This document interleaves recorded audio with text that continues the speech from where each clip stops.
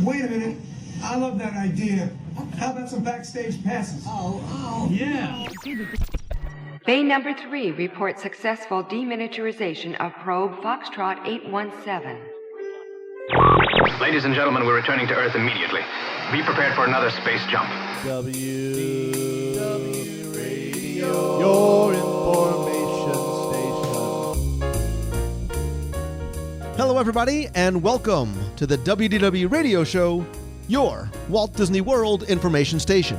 I am your host, Lou Mongello, and this is show number 288 for the week of August 19th, 2012. This week, we're going to explore Epcot and uncover some of the hidden treasures of Future World. From overlooked experiences to story, details, trivia, opportunities, and more, we peel back some of the layers of the onion to help enhance your enjoyment and appreciation of the park. Answer this week's Walt Disney World Trivia Question of the Week for your chance to win a Disney prize package. And be sure to stay tuned for other announcements. So sit back, relax, and enjoy this week's episode of the WDW Radio Show.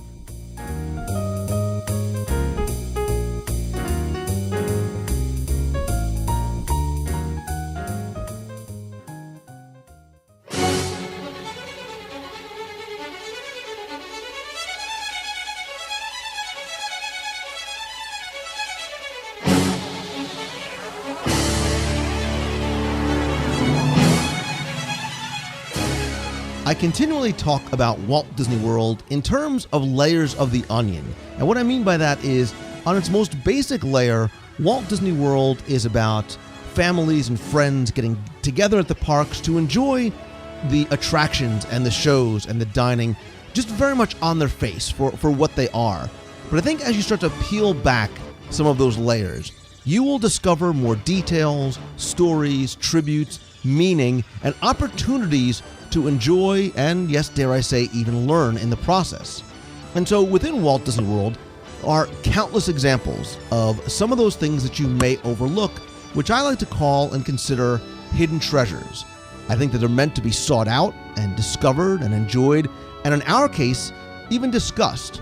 So this week, I want to point out just a few of the many hidden treasures that you can find in Epcot's Future World.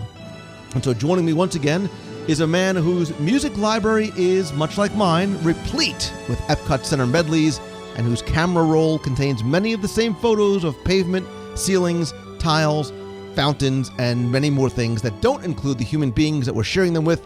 He is, of course, Ryan Wilson from the Main Street Gazette. Ryan, welcome back, buddy. It's good to be back, and we keep getting in trouble for all those non-people pictures.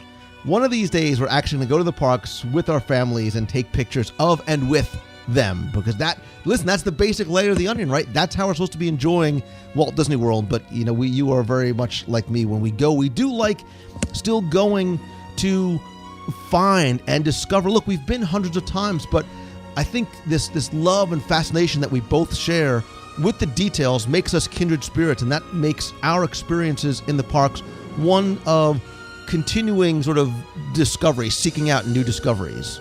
No, absolutely, and it is always an exploration. It's always, was that there before? Was it not there before? Was it a different color?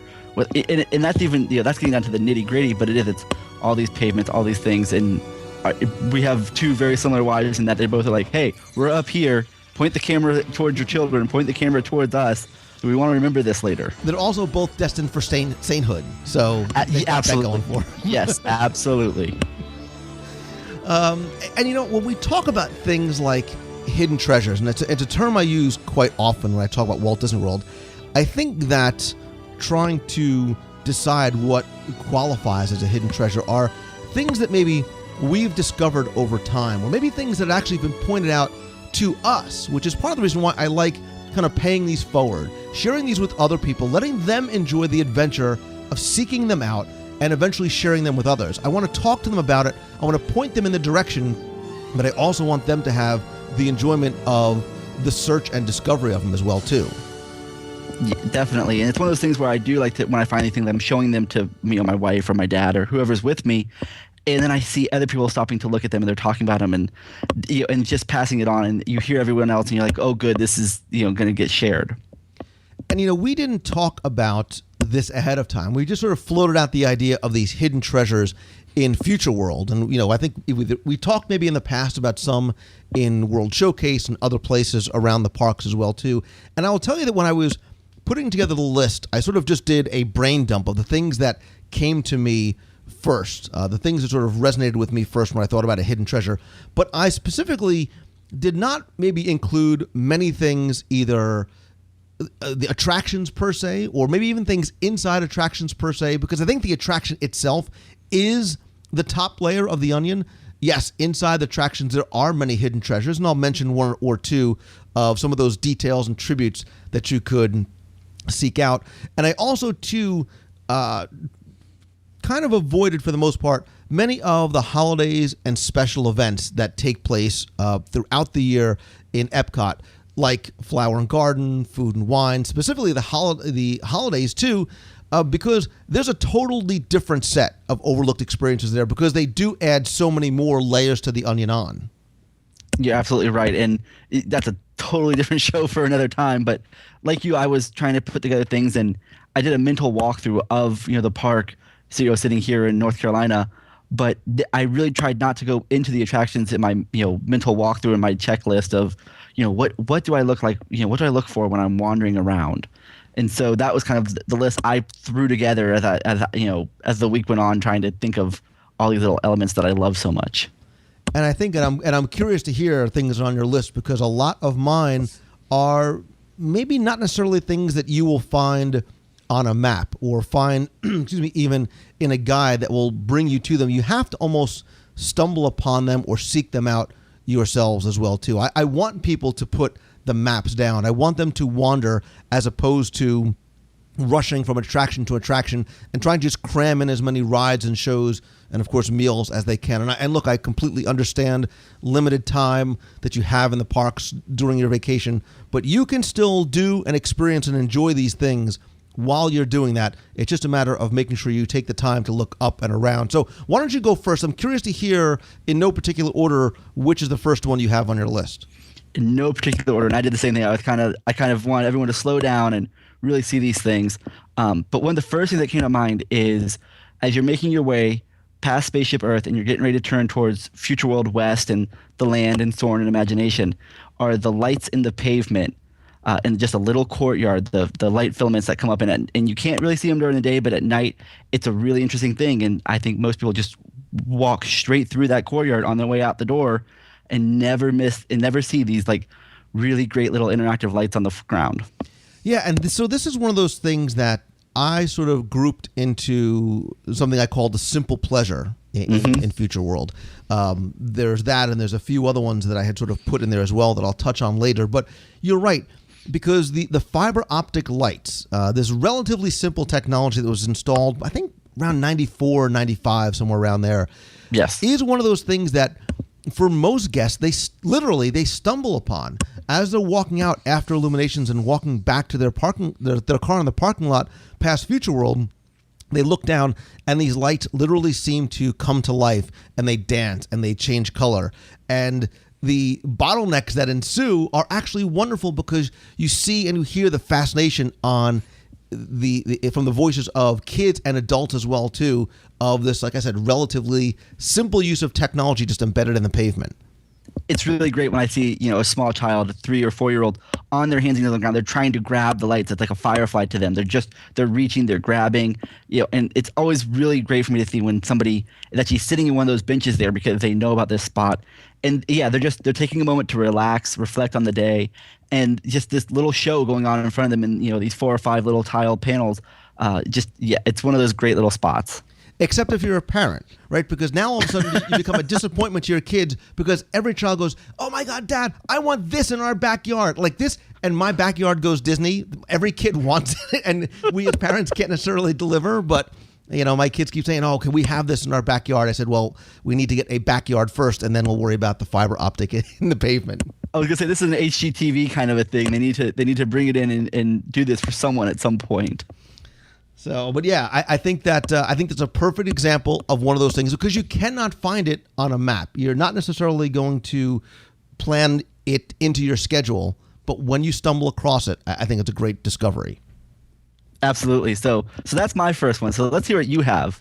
So I sort of put mine into categories or under different umbrellas. And one of the things I love, not just in Epcot, but in all the theme parks, and this may sound odd, is water.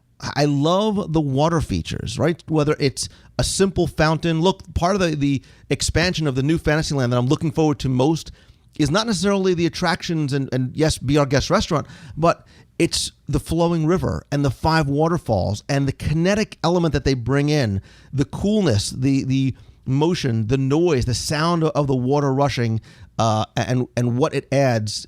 It adds layer and adds dimension for me. And I think in Epcot Center and Epcot Future World, there are a lot of great examples of maybe some overlooked experiences, attractions, some of which are interactive that involve water. So the first, this is going to sound, like I'm Captain Obvious, but the Interventions Fountain, right? Also called the Fountain of Nations, right in the center of Interventions Plaza. Many people, they walk, they may take a picture, they walk by it, or they'll turn around as they're coming from World Showcase and take a picture with the fountain and Spaceship Earth behind it. But it's huge, right? It's 120 feet wide, 180 feet long. It's one of the largest fountains in Walt Disney World. 150,000 gallons of water is in there. It has a great sense of historical value to it. If you are an Epcot or a Walt Disney World history enthusiast, you know that when they were opening Epcot Center, they had water poured in from 22 nations from around the world, really sort of making this a sort of cultural, having some cultural significance, which is why they sort of make it the Fountain of Nations. So you have everything from water from the Mississippi River to rivers from around the world and sort of connecting that to Epcot. But throughout the day, they have a number of water shows as well too. Huge cascading water. I love the music here. It truly is like a water ballet. If you've seen the fountains in front of the Bellagio in Las Vegas, it very much is akin to that. It was designed by the same person who did that as well too. There's great music in here as well. Some Disney, some non-Disney. I get some weird questions sometimes. People saying, wait a minute, that sounds like it was a Yanni song. Well, there is a Yanni song in there, and it's one of my favorites. It's called Standing in Motion. But there's also music from Rescuers Down Under, Surprise in the Skies, that old daytime lagoon show over in World Showcase. There was also a song for a proposed Epcot show called Around the World with Mickey Mouse. I love The Rocketeer. John Tesh, yes, the Entertainment Tonight guy, has a song in there called Day One. And there's also a song from Iron Will. And I do like when that is an unannounced sort of show that goes on, whether you're sitting outside getting ice cream, trading pins in the shadow of Spaceship Earth, or just wandering across the promenade there. I love what Interventions Fountain represents. I love sort of the show, and it gets a nice little cool breeze when the wind blows as well too. But there's other water areas as well that also afford some little hidden treasures and overlooked experiences. There are interactive water play areas by Mission Space and the Bridge to World Showcase. If your kids, or maybe you, getting a little hot, need to expend a little extra energy, they've got that soft turf ground where little fountains come up where kids can sort of run through and cool off a little bit as well too. And yeah, you're absolutely right. And the Fountain Nation was on my list too. And I love the show daily. You see so many people trying to dodge the blowing wind and the blowing mist. But the shows are so fantastic. The music's so fantastic. The Rocketeer is near and dear to my heart in that. And you see these water cannons just blasting up into the air. But thinking about the water, it also plays into another one I had, and it's the jumping fountains outside of Imagination. Exactly. This is all that was part of mine too. Yeah. It's those little. I can remember even as a kid trying to catch the water, and there are places where you can obviously catch the water, and there are places where it's meant to, have kids jumping up and down because they're never going to reach that stream that's going between two planters over the top of each other. It's a nice place for parents to sit and relax. And the kinetic energy of this water. And I know a lot of people love the Imagination Fountain where the water is traveling back up over the waterfall. It's a big photo spot. But for me, for Imagination with water, it's those little areas just as you exit out of Captain EO at the top of the second level of the pavilion out there, looking out over all of Future World. And it's just a great spot and a great little fun place to play with some water. And that's it. The operative word there, for the jumping fountains is it's fun. I remember as a kid doing that standing up, or since I couldn't reach, having my dad hold me up to try and hit the water, splashing your brother, splashing your sister, whatever. But those upside down waterfalls, especially at night with the light, are beautiful. They're spectacular. There's some amazing Disney photographers out there online who share some photos that I could never reproduce, but try desperately to, because with that pavilion behind it and the lights and the water and the monorail going overhead, it's a fun place. It's a beautiful place, like I said, especially at night too. So those water elements to me are such an important part, and sometimes little hidden treasures as well too. Those jumping water fountains. Here you go. I'm going to quick test. Where else in Walt Disney World can you find sort of jumping water like that? In what Walt Disney World attraction? Oh, thanks for the quick quiz.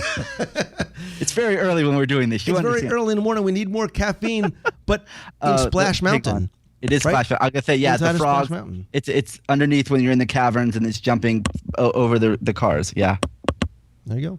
So, Guy, what is sort of the next thing that you think of when you think of hidden treasures that maybe you like to show people or share with people? I really like to show off, and this is the history, geek in me, where you can still find all the old Epcot Center icons. Nice. Where you can still see, it right there behind the fountain where we just were. There's still the big Epcot Center, interlocking rings logo. Just over in Mission Space, you have not only inside the center of the gravity wheel and the queue, the icon for Horizons. It's also hidden in the cashier's stand in the shop for Mission Space. Over at the land, it's still on the side of the Fast Pass kiosks whenever they're running. There's just a couple places where you can find these, and those are some of the areas that I'm drawn to. Be like, look, this is a 1981 icon. This is what this place looked like when we first opened. Yeah, and I remember, and I think it kind of comes and goes up in the Living Seas. If you go upstairs to the manatee tank, all the way in the back, they've got, it's either like a crate. A crate or something that has the old Living Seas logo. Yeah, and it does. It comes and goes. Like sometimes it's there, sometimes it's not. You got to be lucky to catch that one. And I love that too. And what I like too is we keep talking about this renewed sense of nostalgia. We're seeing those logos now on merchandise. You can go to Mouse Gear and sometimes find merchandise with those logos on it. And now with Epcot's 30th coming up, hopefully we'll see more of that as well.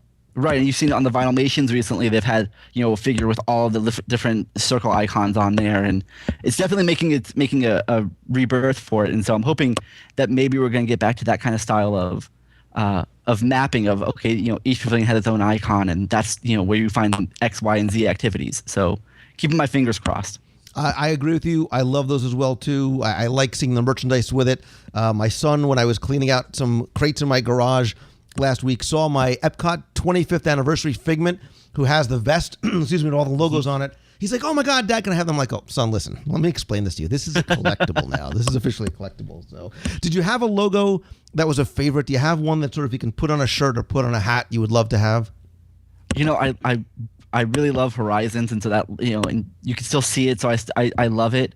But for me, it was probably, if there was one, it was probably either World of Motion or Spaceship Earth. Just the kinetic energy conveyed from both of them just were things to me that I was like, oh, this is great. Like, this is definitely what the future is going to look like. And, because everything was going to have logos in the future like that, apparently, is what I thought as a child. And we're also all going to be wearing silver spandex spacesuits. So. With rainbows. I pictured Aaron Gray from Buck Rogers in the 25th century there from a second. But anyway, I'm going to move on. I did have some of those logos again as part of another thing that I have sort of grouped together. But when I think about things that I love showing to people and bringing people over to, especially kids, I keep going back to this term that we use, which is everything speaks, right? Michael Eisner said this about storytelling in the parks, that everything speaks. Everything has a story behind it, whether it's a show, a shop, an attraction, a restaurant, whatever it may be. But I think there's also, here in Future World, there's a literal interpretation of everything speaks as well, too, because you can find some things that literally do speak to you. And a couple of things I love bringing people over to is, one, the talking trash can. I don't mean Push in Tomorrowland, but Push has sort of a distant cousin that not is quite as mobile, but in the electric umbrella. So if you're walking through Future World coming from the parking lot past Spaceship Earth, on the left-hand side, if you go in that entrance there, before you get to the counters where you order, and there's to the left there's restrooms, is a trash can. And I invite you to open up the trash, not open it, but throw something away. Throw away some trash. I don't want to tell you what it says because this is a case where I want you to seek it out. I want you to hear what it says. It is not necessarily a live interactive where he'll talk back and forth to you, but he will have some things that he'll say. He has some comments for you. He definitely has some comments, and they're fun, and they're fun, and they're funny, and they're totally corny and campy, but that's, stand there.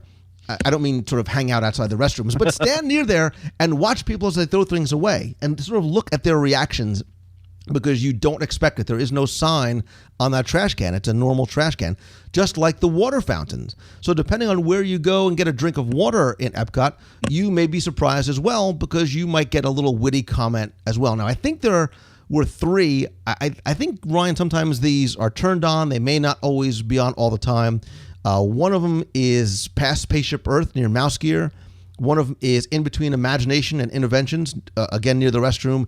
And the third is near that play fountain, that interactive water area I talked about before, in between Future World and World Showcase. And this is great too, because especially when you see a kid go over and they sort of jump back surprised and hearing the water fountain talk to them, it's a great moment for them, and it's a great moment for the parents as well.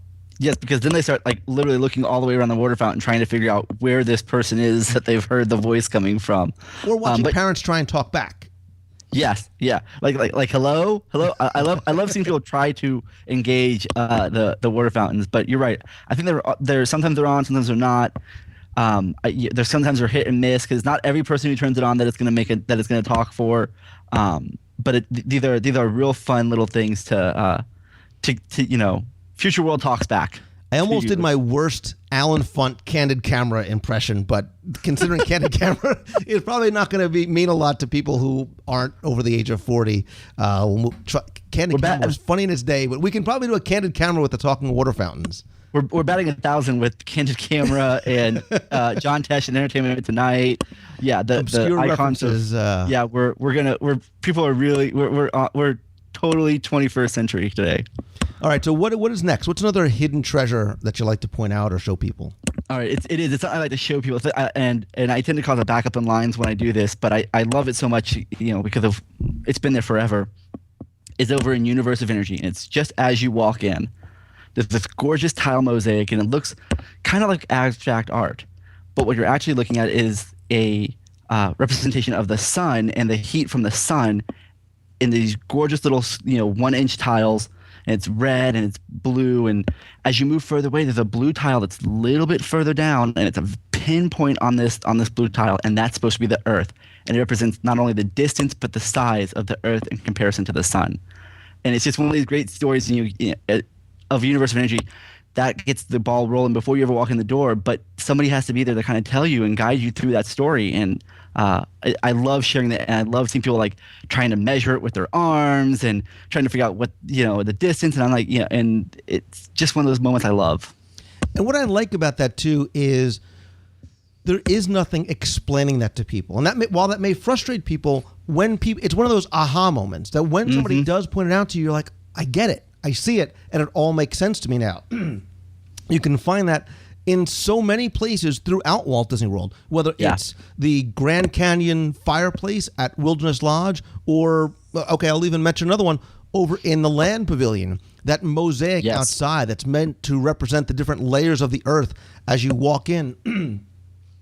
You look at it as a beautiful mosaic, but you don't understand the meaning until somebody points it out. And then all of a sudden, you're able to sort of deconstruct it and see what it represents. Yeah, it truly comes alive in that moment, and I love seeing that face when someone's kind of puzzling it, and you've told them this, and they're looking, and it's like a whole new world has opened for them, and and that's to me almost this total symbology of Future World is this aha moment, this I get it, I understand more of the world than I did before I started, and you can see that in these little areas like this.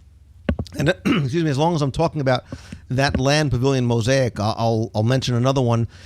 And I grouped this into sort of tributes and jokes and homages and references.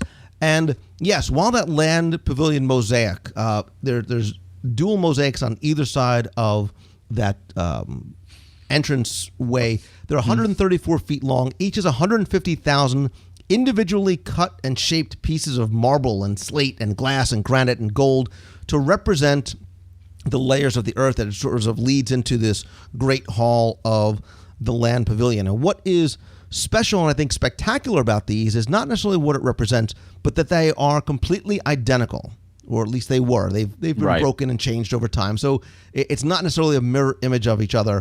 But when it opened, and for many, many, many years, they were exact duplicates of each other, save for one single tile. And the reason why that is, or still is because the mosaicists, this husband and wife team of Hans and Monica Scharf, and you may know the name Hans Scharf from the mosaic he laid out the mosaic of Cinderella in the Cinderella Castle breezeway. When they created this mosaic, they didn't want them to, well, first of all, they couldn't sign their work, much like they did in the Cinderella Castle mosaic, but to this idea of never creating the same thing twice. They wanted each one to be unique. What he did is he put in a single green tile that's a little out of place if you know where to find it, which I understand. I believe it's his wife's birthstone, or it's the month that they were married. He put that in there in order to make these two murals different. So these murals themselves tell a great story. It's a great piece of artistic work. And now that you've got that little extra hidden treasure in there, that's one of the things I love pointing out to people. Yeah, absolutely. And I can remember one of the first trips I took with my wife down there. I asked her to try to find the difference, try to find it. And I had a good time eating a cupcake while she scoured those walls.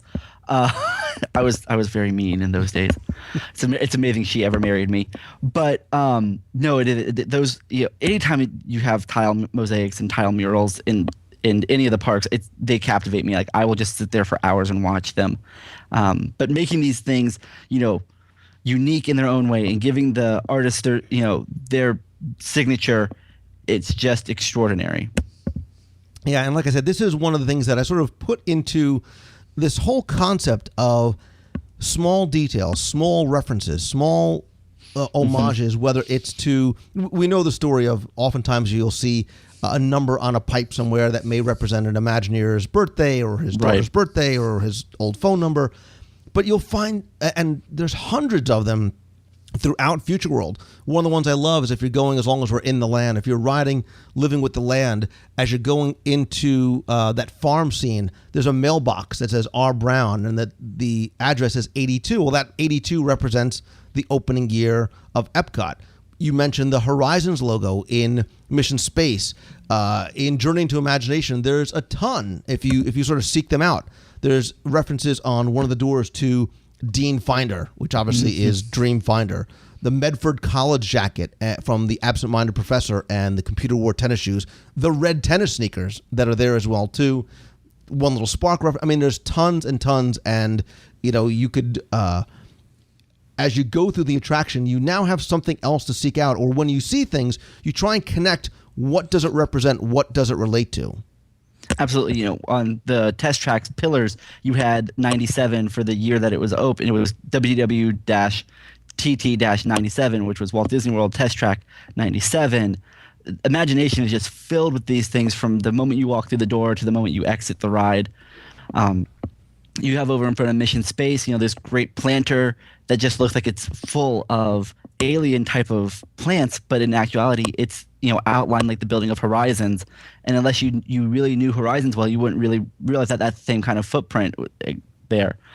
They're in every corner of that park, and you just have to, whether you know it or not, you're seeing these things, and yeah, it gives people who have been there before something new to look for on a trip. Right, and you made a great point. You may walk by it 100 times and never make the connection until somebody points it out to you. Yeah, it's amazing, and I do love how some of these things have become common knowledge over the years, through websites, through podcasts, through all these things, books. People have gathered these bits and pieces of knowledge, and they're starting to share it, and it's starting to become a little bit more public knowledge. And then there's always something new to try to find, and that's we're always looking for the new little detail. Yeah. So, Guy, give me another one of yours, because there's something else I want to talk about that kind of connects into one of the things that you just mentioned as well. Okay, let's see. You know what? I'm gonna go with, and this is gonna seem a little off, but we love to talk about food. But I'm gonna go with the seating at Sunshine Seasons, and I don't think many people realize that there are 4 sections of seating, and they're broken up into the seasons. And if you look at the tables, they have snowflakes in the winter section, they have autumn leaves in the fall section. And you don't realize what season you're really eating in, but it's just keeping that story going from clearly things are growing and things are being cultivated all year long, and you're enjoying that that the bounty of that harvest at your table, and and in the different seasons. It's one of those little details that I really, really love, and it's kind of like, what season am I feeling like today when I eat? Well, and I think it's one of those things that, like the Horizons planter, that you may not be able to recognize depending on where you are, or maybe if you're coming by on the monorail. Your perspective as where you're looking at it from, it helps to determine what you're seeing. So while you're in Sunshine Seasons, you may not get a sense of that. But if you're standing up top and looking down into that great hall, and you're looking at the balloons and looking down and seeing the different colors and how they're all broken up, that's a great way to get a sense of what is being told, the story that's being told. Right. For me, I want to go back to that. I want to go back to that Horizons planter. And this is another one that you need to sort of look at. You need to see the forest, not necessarily the trees, because I'm talking about the design of Future World as it is as a whole. I don't mean specific little details that you can walk up to, but the way it's laid out. We talk about everything speaking. We talk about everything telling a story, and you get a sense of that certainly in the Magic Kingdom or in Disney's Animal Kingdom or the sections of Disney's Hollywood Studios. But you may not have sort of looked at Future World from a broader perspective, east versus west. And when you're looking from Spaceship Earth, it sort of is kind of backwards. But if you're looking towards World Showcase, east and west are kind of backwards. So west is actually going to be on your right side, east is on the left. But the location of the pavilions and the design of those 2 sections was very deliberate and definitely had a meaning behind it. So if you look at the west side, you'll see that everything is very free-flowing. Everything is meant to sort of represent imagination, creativity, nature, ideas, everything from the design of the planters, right, of which there are no straight lines anywhere. If you look at the waterways, they all sort of wind back and forth. The rocks in the water are all smooth rocks. There's no hard, jagged edges on the rocks. The buildings themselves, look at the living seas. Look at how the living seas is very much flowing. Imagination is all about these sort of creative concepts that are not exact. While on the east side, it's completely the opposite. You see in the planters, the buildings, even the landscape, even the horticultural design represents things that are more straight. There's exact corners because we're talking about exact sciences. We're talking about things like energy and space and measurements in test track.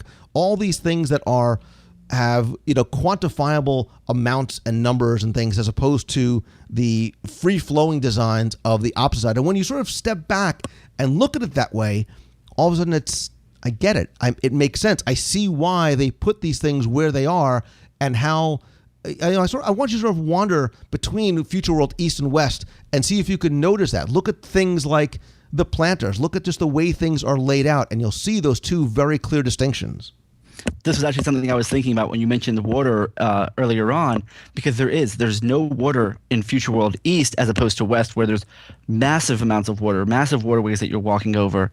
And you're right, you go on to look at the plants, you have these big, winding, gnarly-looking oak trees that kind of hang over you in Future World West, whereas if you wander over to Future World East, you have these spiny plants, you have these very hard, straight bamboo stalks and bamboo forests.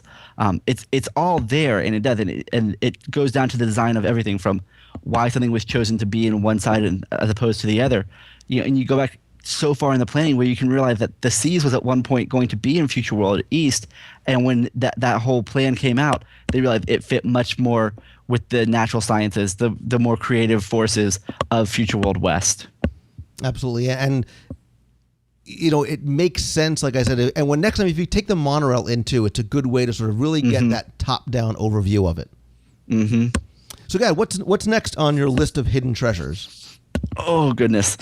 Oh, there's so many little things. One of the things that I love to do is, and this is going to sound silly, but there's so many different surfaces that you can catch reflections of Spaceship Earth in, and that you can see it everywhere in the parks, but sometimes you don't realize you're looking at it, and then you'll catch a reflection of it off of Mission Space, off of the the red Mars globe, or you'll catch it off of the Imagination pyramids, and it's just that sense of continuing that whole story is all around you, and Spaceship Earth is that central dynamic to Future World, and it's always kind of there. You can always see it, whether it's a reflection or it's straight on. But it's one of those pieces I love to, when I see a new perspective on Spaceship Earth.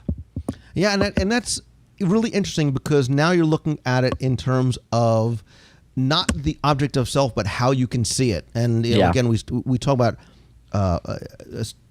photographing when you walk to the parks, and the opportunities, especially as it changes from day to night and dusk, you have some of those great opportunities for photographs, and literally reflections of Earth can sometimes show up in some beautiful pictures as well. Yeah, absolutely. And it's one of those, those moments when you can capture that, or you see something else. You see the way the water is playing, or the clouds are playing off of the Imagination pyramids, or all the different, the way that Mission Space lights up at night. There's all these different reflections, all these different great ways to look at things. But yeah. So I'm going to sneak two into one here because I want to talk about something that people pass by and probably never stop to look at, and walk over and probably never stop to examine closely. And I think they're both very tied in very closely together.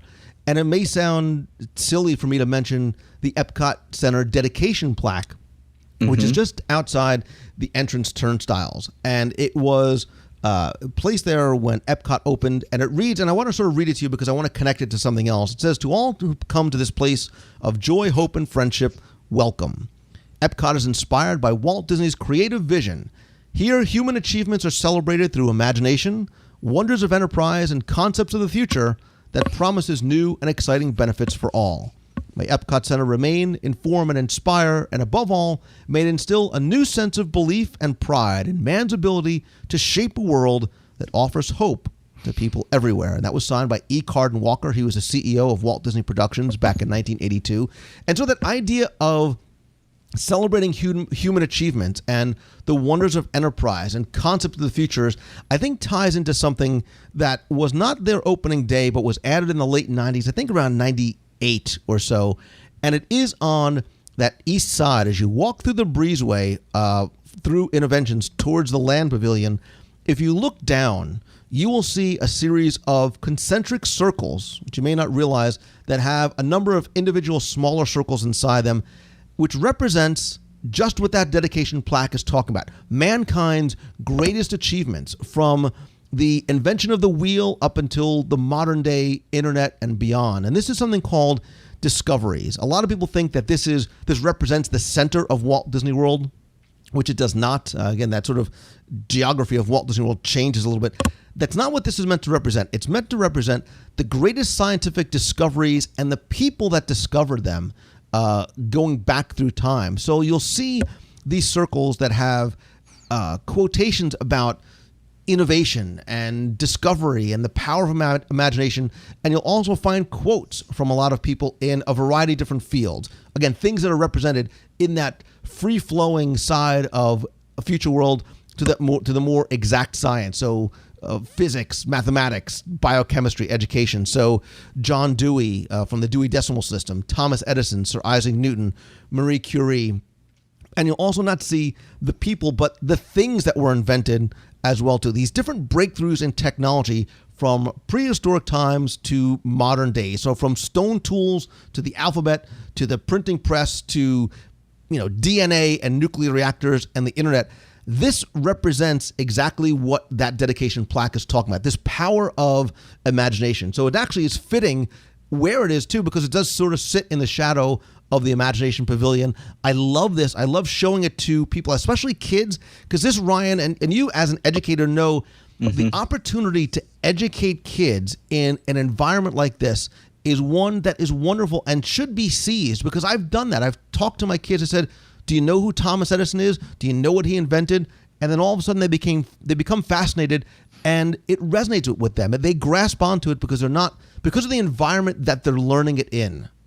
Right. It's not like it's, and it has all the same information. Each of these little circles has, the date, the invention, where it was, who it was, but it's not coming out of a textbook. And so they're on these payments, they're exploring, they're trying to see what names are where. And, and with adults, it's something fun. You can be like, look, there are the Phoenicians. You can thank them right now for the alphabet. But then you get things, and it does, and it radiates out from, like the beginning of time out through the Stone Age, through the Middle Ages, through the 20th century.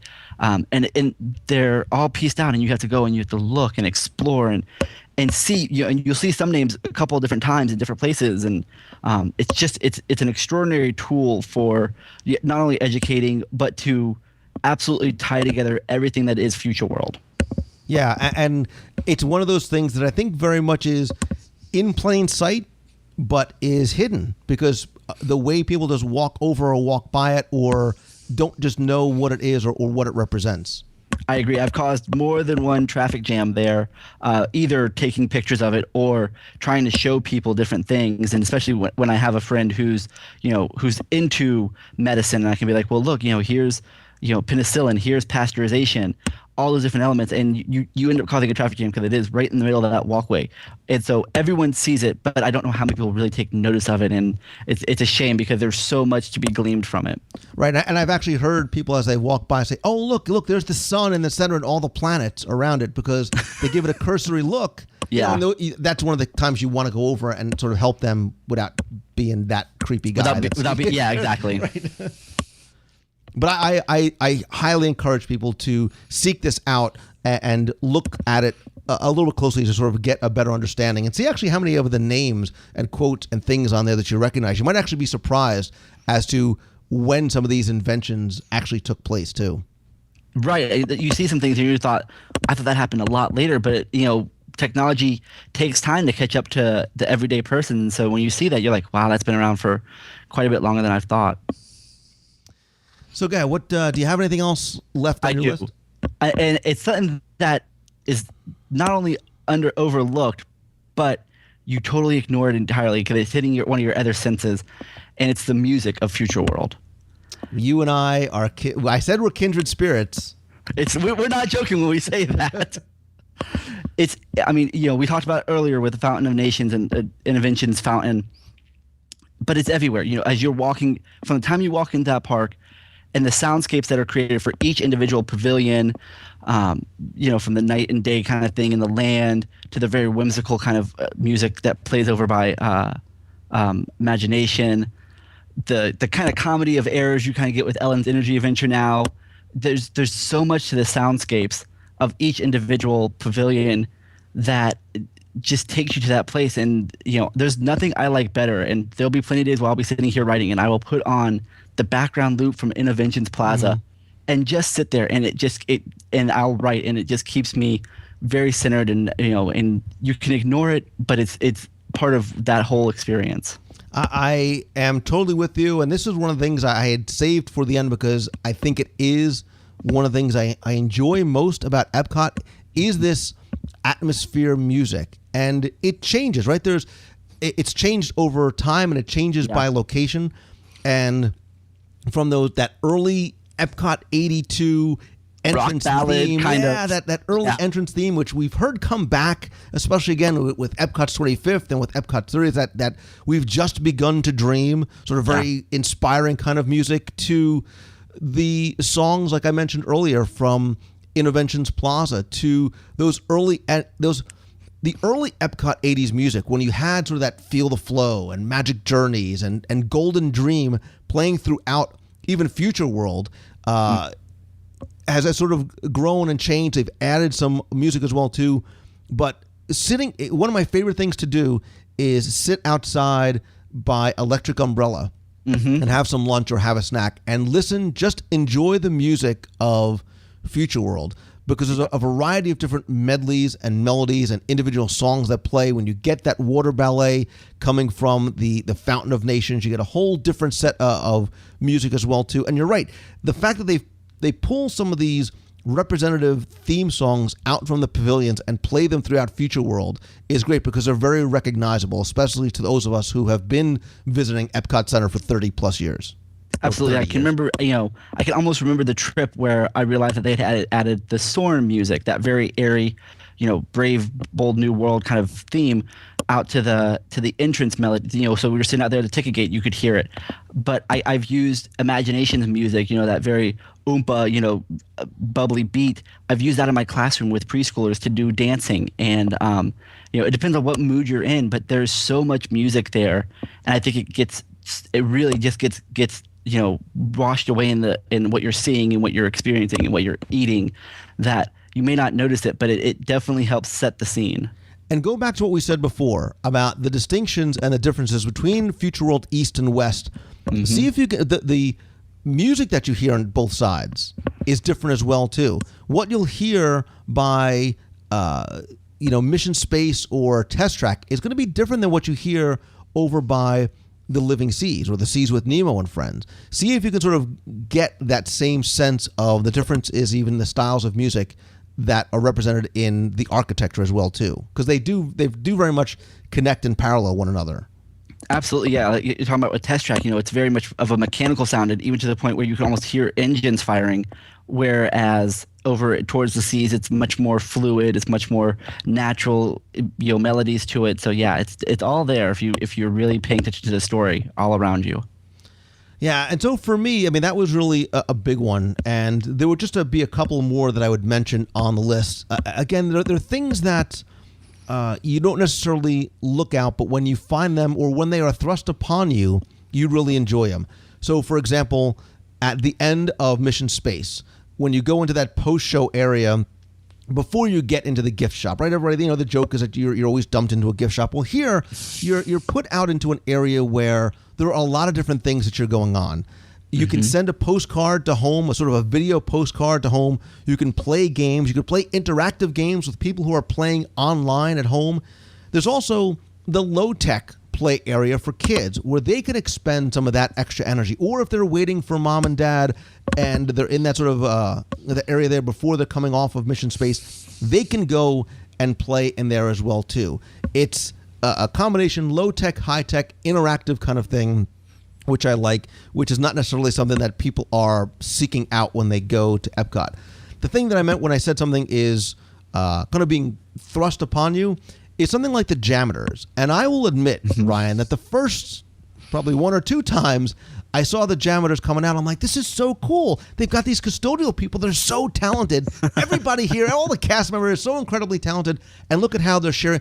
But it's not. It's this percussion group that sort of comes out under the guise of being custodial engineers, but they use everything like common everyday trash cans and dustpans and hard hats and fly swatters, and they do this 8 to 9 minute show usually around the forecourt area of Mission Space and Test Track on the Future World east side of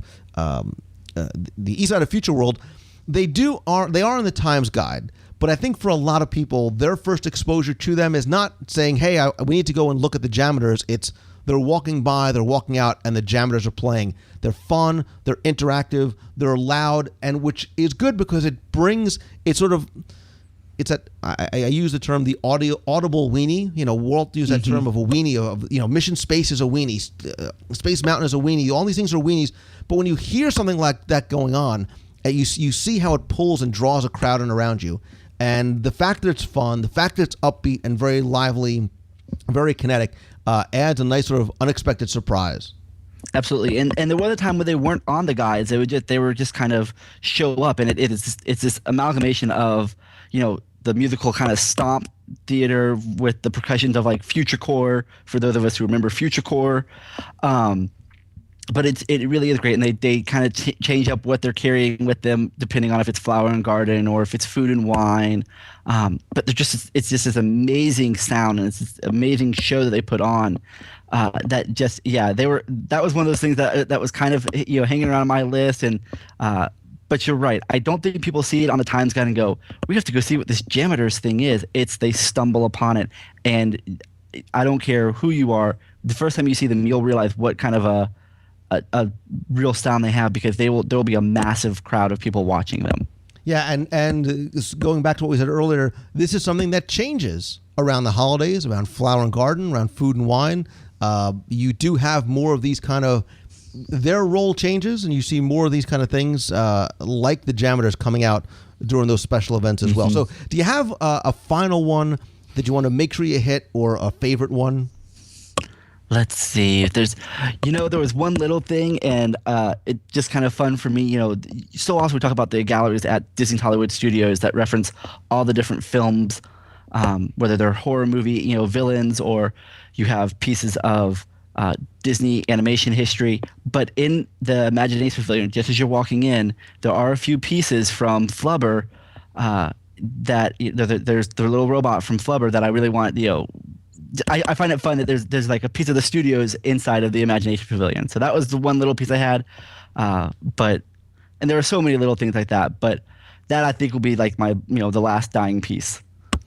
So again, having many more on the list, but yet wanting to also have people not sort of go through this list and try and check them off, but go out and find more on their own. One of the things I thought about was a simple pleasure. And when I say hidden treasure, sometimes it's not something to do or see or interact with. But one that I kind of forgot about until relatively recently, and it's not always open all the time, is, believe it or not, that the second level of the Electric Umbrella restaurant inside. A couple of weeks ago, I was there. I wanted to sort of get out of the heat, just go to work a little bit. I brought my laptop with me.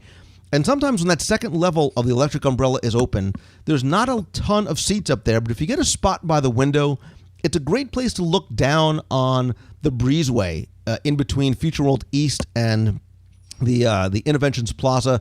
Just sort of people watch, get out of the way, get out of the heat or the rain as it may be, and it's very quiet up there as well too. It's not loud and as bustling as downstairs because you need to sort of walk upstairs to get to that area, but it's a little out of the way place that a lot of people don't necessarily go to. It's not open all the time.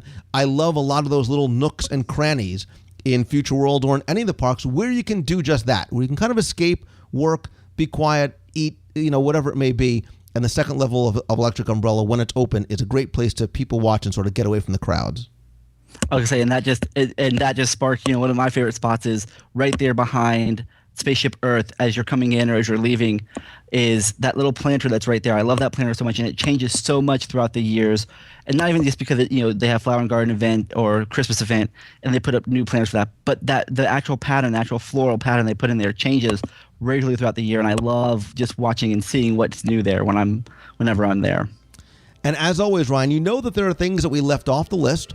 We didn't talk about some other people's favorite. I would love to hear from people who are listening. I want them to weigh in. I want to hear from them. I want them to come to this week's show notes at WDWradio.com. Click on this week's podcast. In the comment section, tell us, what is your favorite hidden treasure in Future World in Epcot Center? It could be a place to sit. It could be something to see, something to interact with, something that is just overlooked. Whatever it may be, what do you consider a hidden treasure, and what is your favorite?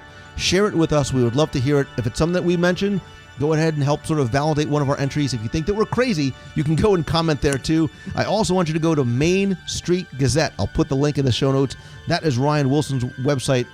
Ryan blogs every day about everything Walt Disney World, from history to overlooked experiences like this and so much more. Ryan, I love having you on the show. We've got a lot more to cover. We're going to talk some more about Epcot's 30th anniversary coming up, and always enjoy sort of virtually exploring and hopefully enhancing the experience of those who are listening as well.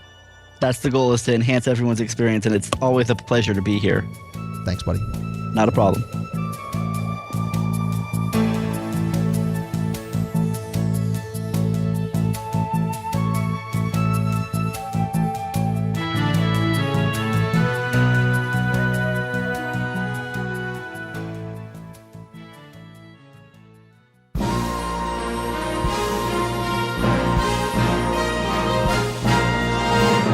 It's time again for the Walt Disney World Trivia Question of the Week, where I ask you about some Disney details or history or trivia, maybe play a sound clip or a random line from an attraction, ask you to identify it for a chance to win a Disney prize package.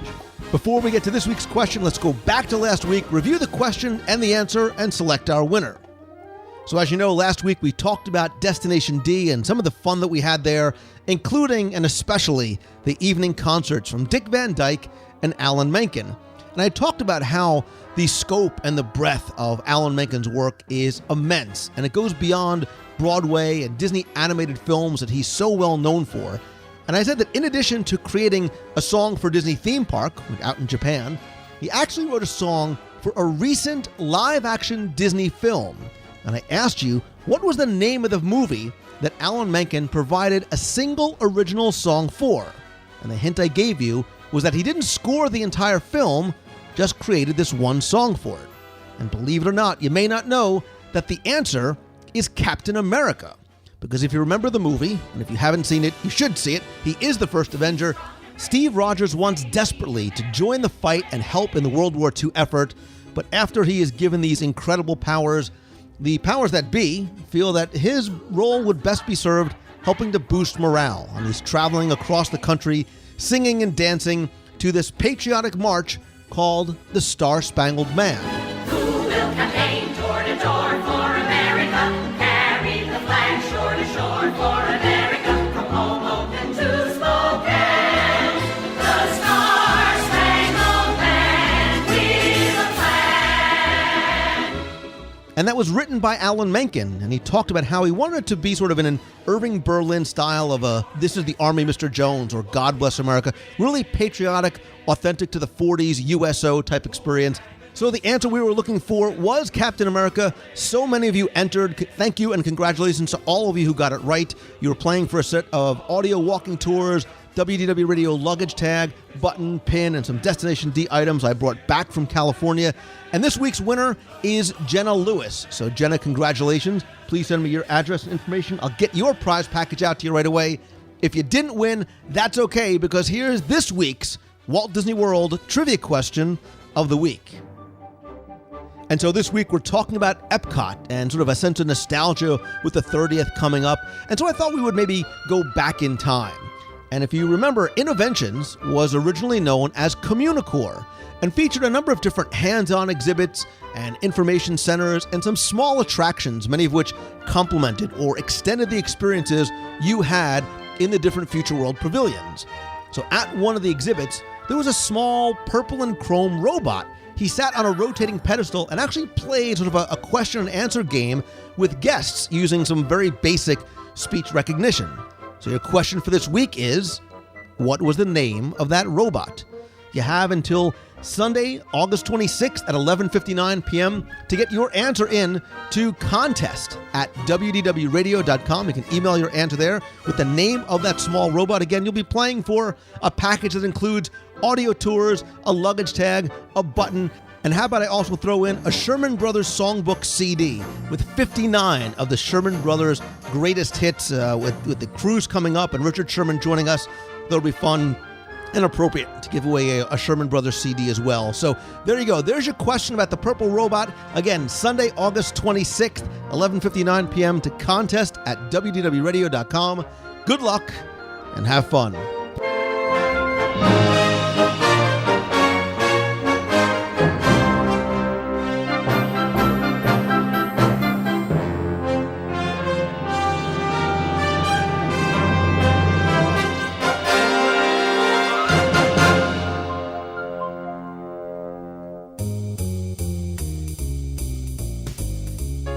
That's all the time we have for this week's show. Thanks again for taking the time and tuning in this and every week. A couple of quick reminders before we end. Don't forget that in addition to the podcast, come by every Wednesday night, 7:30 p.m. Eastern for WDWRadioLive.com. It is a live video broadcast and chat where we talk about this week's Walt Disney World news in an interactive format. You can watch as I normally broadcast from Walt Disney World, ask and answer questions, and talk with other Disney fans in the chat room. Normally we stay on for a couple of hours after and just sort of chat and hang out as well. Again, Wednesday, 7:30, WDWRadioLive.com. Be sure and follow me also on Twitter. I'm @Lou Mongello, and subscribe to my profile on Facebook, facebook.com/Lou Mongello. Speaking of social media and the blog, which I was getting to, don't forget to check the WDW Radio blog every day. We have lots of new content, including a new Pinterest contest called Pinspiring Disney. So I'd ask you to first, please come over to pinterest.com/Lou Mongello. Follow me there.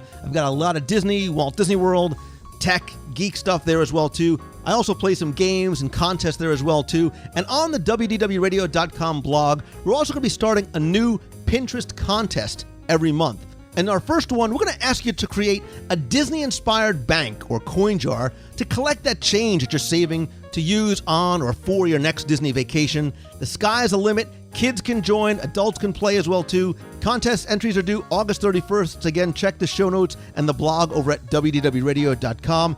If you want to be part of the show, I love hearing from you. Call the voicemail, 407-900-9391. That's 407-900-WDW1. Question, comment, just saying hi from the parks, whatever it may be, or email me at lou@WDWRadio.com if you have a question. Don't forget, too, our next meet of the month is going to be this Sunday, August 26th, at Roaring Fork Snacks at Disney Wilderness Lodge. We can hang out, meet, eat, maybe tour, and explore the lodge as well, too. That's from 11 a.m. to 1 p.m. You can find out more about that as well as other events on the events page at WDWRadio.com, including our e-ticket event that is almost sold out for Friday, September 28th.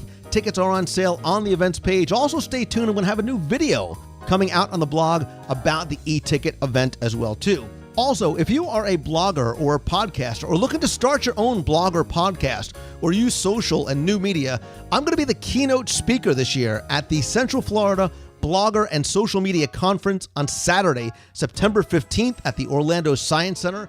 It is the second annual gathering and a really sort of organic movement where they highlight sort of the best and local bloggers and social media professionals come in to help one another, making it a very unique and very strong conference. There's a lot of great sessions this year. Really looking forward to speaking and sharing and learning and meeting so many other people as well, too.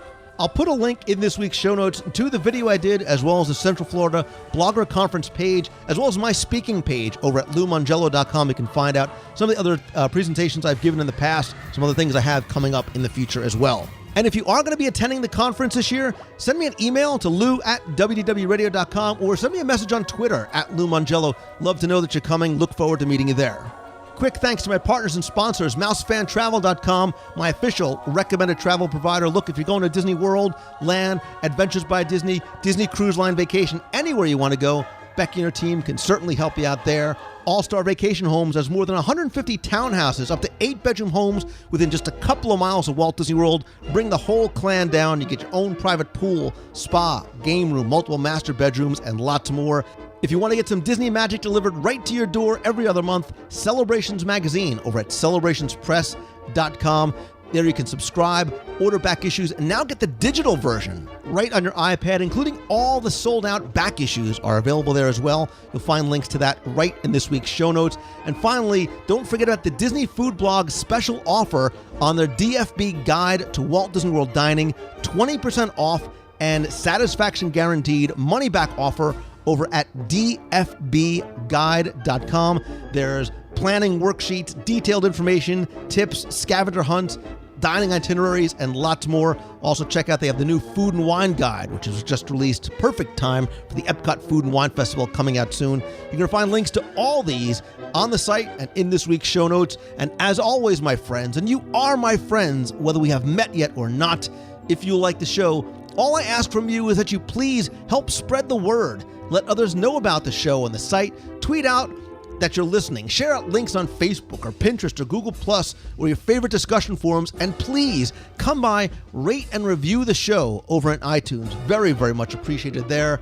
And finally, and most importantly, I want you to make sure that you use every moment of each and every day to take small steps and get little wins in pursuit of your dreams and your passion, and do something that you love each and every day. I promise you'll be much happier and live a much more positive life. And as Walt said, always keep moving forward. So until next time, thank you all so very much for listening. Let me share my passion for Disney with you. So until next time, see ya. Hi, Lou. This is Billy Lauder from Metuchen, New Jersey. I'm calling in because I am currently in Florida. I just arrived this morning, and I am on my way to the Animal Kingdom Villas for my first time staying there. I'll be staying there for one night before I wake up tomorrow morning and move into the apartment complexes with the Disney College program.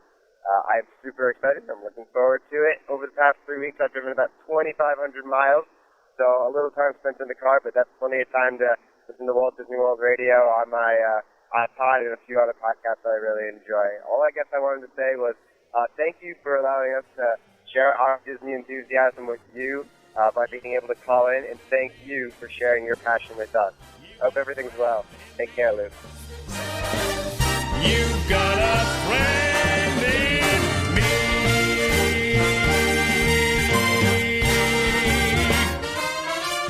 Yeah.